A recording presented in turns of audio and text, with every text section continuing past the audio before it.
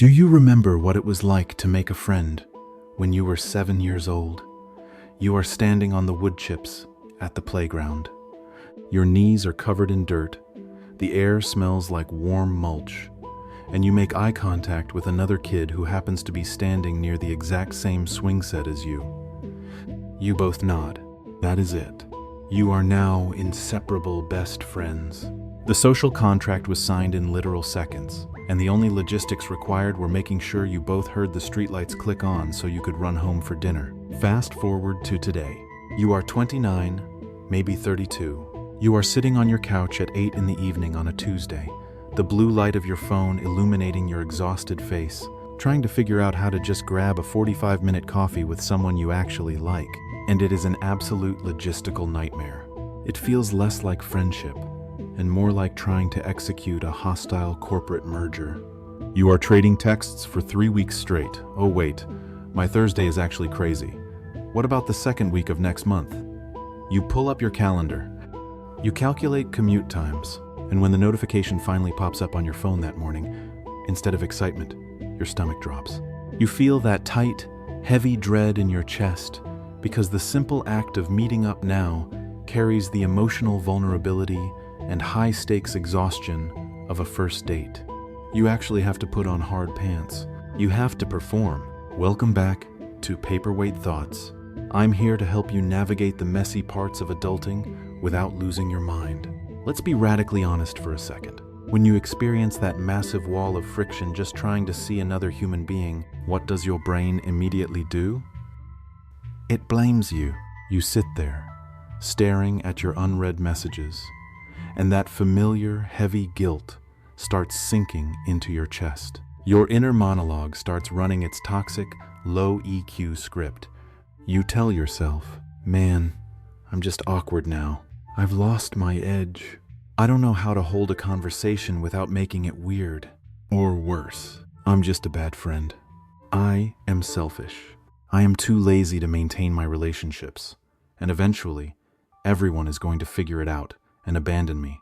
So, you overcompensate. You force yourself to go. You swallow your resentment, slap on a smile, and drain whatever tiny drop of social battery you have left just to prove you aren't a terrible person.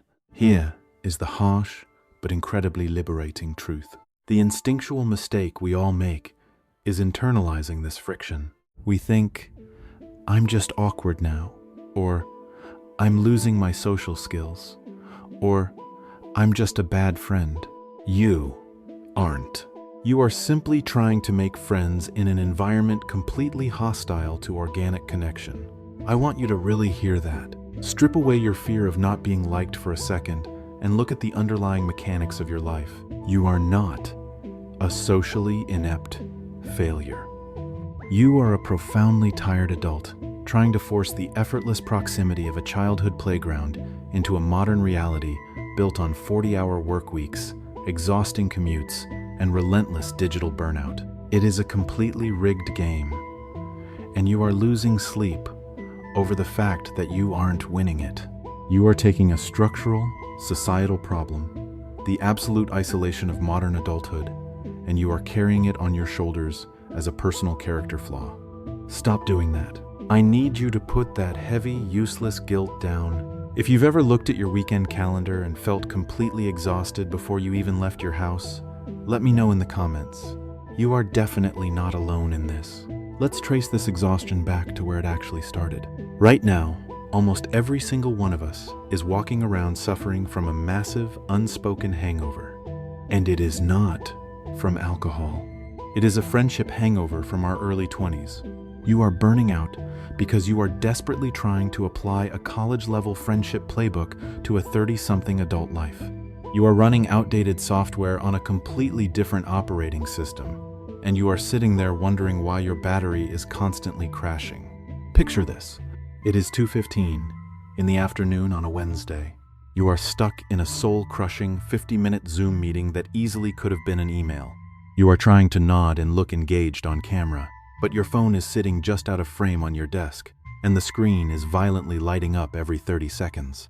It is the giant group chat, 15 people you used to see every single weekend, sending memes, debating weekend plans, asking where everyone has been. And as you sit there, trapped in this corporate grid, you feel this hot, buzzing anxiety crawling up the back of your neck. You are paralyzed by the sheer volume of kind of friends you are supposedly required to maintain.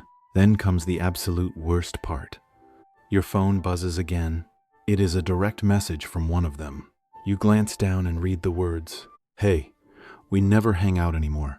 If your stomach just dropped and your chest tightened just hearing that phrase, I completely get it.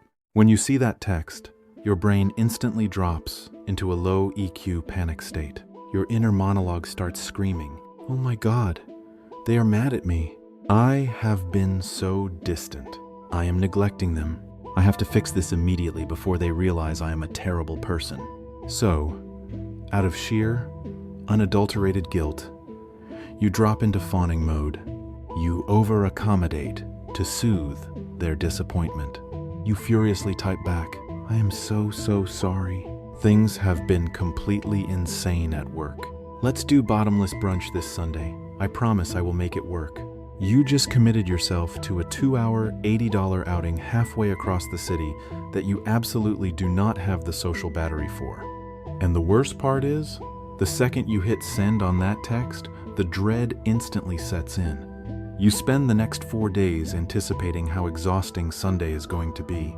You wake up on Sunday morning, literally praying that it rains or that they cancel, but they don't. Why do we do this? Let's look at the underlying game here.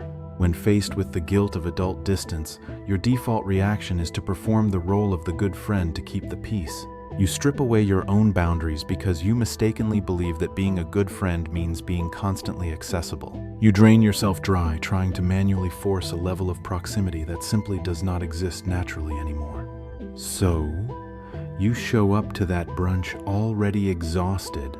You laugh at the jokes, you drink the mimosas, and you sit there silently swallowing resentment because you would give anything to just be horizontal on your couch in sweatpants. Here is the harsh but liberating truth. You cannot white-knuckle your way through adult friendships by pretending you still live down the hall from each other. You are not 22 anymore. The era of seeing your 15 closest friends 3 nights a week is over, and mourning that loss is completely valid. But pretending that loss hasn't happened is exactly what is destroying your mental health today. You are setting yourself on fire just to keep the ghost of your past social life warm. Think back to exactly how you built those early friendships. You did not meticulously schedule them on a Google Calendar. You were just sitting on a lumpy, hand-me-down futon in your dorm room at midnight. You were eating terribly lukewarm cafeteria pizza from a cardboard box. Your friend was sitting on the floor across the room, highlighting a textbook in absolute silence. You didn't speak a single word for an hour. And yet, it was the most connected and safe you felt all week. There was zero performance, zero dress code, zero financial toll. You were just existing together. Now look at what we call a hangout today. It is a high-stakes event. You are frantically ironing a shirt at 6:30 on a Friday evening after staring at a screen all day. You are navigating 30 minutes of bumper-to-bumper traffic, stressing about finding a $20 parking spot. You finally sit down in a ridiculously loud, dimly lit restaurant, screaming across the table just to hear each other, knowing the bill is going to be $60 for 3 tiny plates of food. It is utterly exhausting. You sit there, plastering on an attentive smile, furiously trying to think of witty things to say to fill the silence, because your low EQ brain tells you that if you aren't actively entertaining them, you aren't providing value. And when you finally drive home in silence, feeling completely hollowed out and drained, that dark inner monologue whispers, "See, you don't even like your friends anymore. You are becoming a bitter, isolated person." No, you aren't. Let's look at the actual psychological mechanics of what is happening here, because I need to permanently remove this shame from your shoulders. Strip away the emotion and look at the power dynamic of the environment itself. In behavioral psychology, there is a fundamental concept called the propinquity effect. It is the undeniable scientific reality that human beings form their closest, most secure bonds based almost entirely on frequent, low-stakes, physical proximity. That is the secret. We bond when we are consistently forced into the same physical space without the pressure to perform. You didn't have radically better social skills when you were 21. You just had better architecture. You had the dorms. You had the shared dining halls. You had the campus quad and the summer camps. Adulthood systematically strips all of that away from you. We trade the dorms for remote work setups in our isolated living rooms. We trade the dining halls for hour-long, soul-crushing commutes. We trade the campus for separate apartments spread across an entire metropolitan area. You are also fighting against a society and a form of capitalism that monetizes every single social interaction. You can barely just exist with a friend anymore. You almost always have to consume with a friend. The reason your friendships feel clunky and forced isn't because you are broken. It is because geography, capitalism, and modern infrastructure have completely eliminated your natural proximity. You have to forgive yourself for how heavy this transition feels. This is the exact moment of burnout where something has to finally give, and it cannot be your sanity anymore. You have to realize that your mental bandwidth is a finite resource. And right now, peace, quiet, and low-maintenance connection become vastly more valuable than maintaining an exhausting aesthetic of being popular or constantly available. It is okay to step back. It is okay if this feels clunky. You are not a bad person for wanting to stay home. You just need to change the rules of engagement. So how do we actually change those rules? You don't need to try harder to be charming, and you certainly don't need to force yourself to become an extrovert. You need a completely new toolkit, a strategy of strategic detachment. You have to learn how to aggressively protect your peace without burning your relationships to the ground. Let's break down exactly how to do this in the 3 most exhausting social scenarios you face every single week. Let's start with the delayed text guilt. It is Thursday afternoon. You open your phone and realize you have a message from a friend sitting completely unanswered since Monday morning. Your chest instantly tightens. You stare at that little gray notification bubble, and the shame just washes over you. Your low EQ instinct tells you to grovel. Usually, we say something frantic like, "Oh my God, I am so sorry. I am the worst friend ever. Work has been completely insane, and I am so overwhelmed. And I just totally forgot to reply, please don't hate me." Let's look at the underlying psychology of why that fails. When you over-explain and fawn, you are actually making the situation entirely about your own anxiety. You are essentially forcing your friend to comfort you and validate that you aren't a monster. It is exhausting for both of you. Instead, try saying this. Keep your tone completely warm, but utterly unapologetic. "Hey, miss you. My mental bandwidth has been at 0 this week, but I want to catch up properly. I'm going to give you a call on Sunday when I can actually focus on you. Do you feel the difference?" You are not asking for forgiveness for being a tired adult. You are simply stating your current capacity and offering a concrete, controlled alternative. Next is the high-stakes hangout. Your friend texts you wanting to get dinner downtown on a Saturday night. You immediately picture the bumper-to-bumper traffic, the blaring restaurant music, and the agonizing hunt for parking. Your low EQ people pleaser kicks in. You grit your teeth, swallow your exhaustion, and reply, "Yeah, a Saturday night dinner downtown sounds great. I'll make it work." And then you spend the next 4 days silently dreading your own weekend. You are sacrificing your only window of recovery to maintain an aesthetic of being fun. We need to redirect this back to low-stakes proximity. Instead, try saying this. "I'm honestly trying to protect my weekends to recharge right now. But I really want to see you. Can we do a Tuesday morning coffee walk? Or do you want to run some errands with me on Thursday?" If your chest tightens just thinking about setting that boundary, I completely get it. But here is the liberating truth. True friends just want to be near you. If they get offended that you want to walk through the grocery store with them instead of paying for a $60 dinner, they don't want connection. They want an event. Finally, we have to talk about disarming the guilt-tripper. This is the friend who hits you with the passive-aggressive. "Well, you never have time for me anymore." Your immediate reaction is a hot spike of adrenaline. You get defensive. Usually, we snap back and say, "Well, I work 50 hours a week. I can't just drop everything. You are now trapped in a courtroom trial, arguing over who is busier. You cannot win that game. Instead, try saying this. Pause for 3 seconds. Keep your voice completely neutral and use strategic detachment. I know it's frustrating, and I miss our old setup too. My capacity is just really limited right now, but I value you, and I'm doing my best to balance it all. And then, you let them be quiet. You let them be a little disappointed. This is the most important lesson you will ever learn about adulting. You are not a bad person for choosing your peace over their comfort. You do not have to fix their feelings. You only have to manage your own. Imagine what happens the morning after you finally send that boundary-setting text. It is Saturday morning. The sun is filtering through your blinds. You are holding a warm cup of coffee in your kitchen, and the living room is completely silent. You are not frantically ironing a shirt. You are not bracing yourself for a crowded, expensive brunch, and you are not mentally rehearsing small talk. For the first time all week, your nervous system is actually resting at baseline.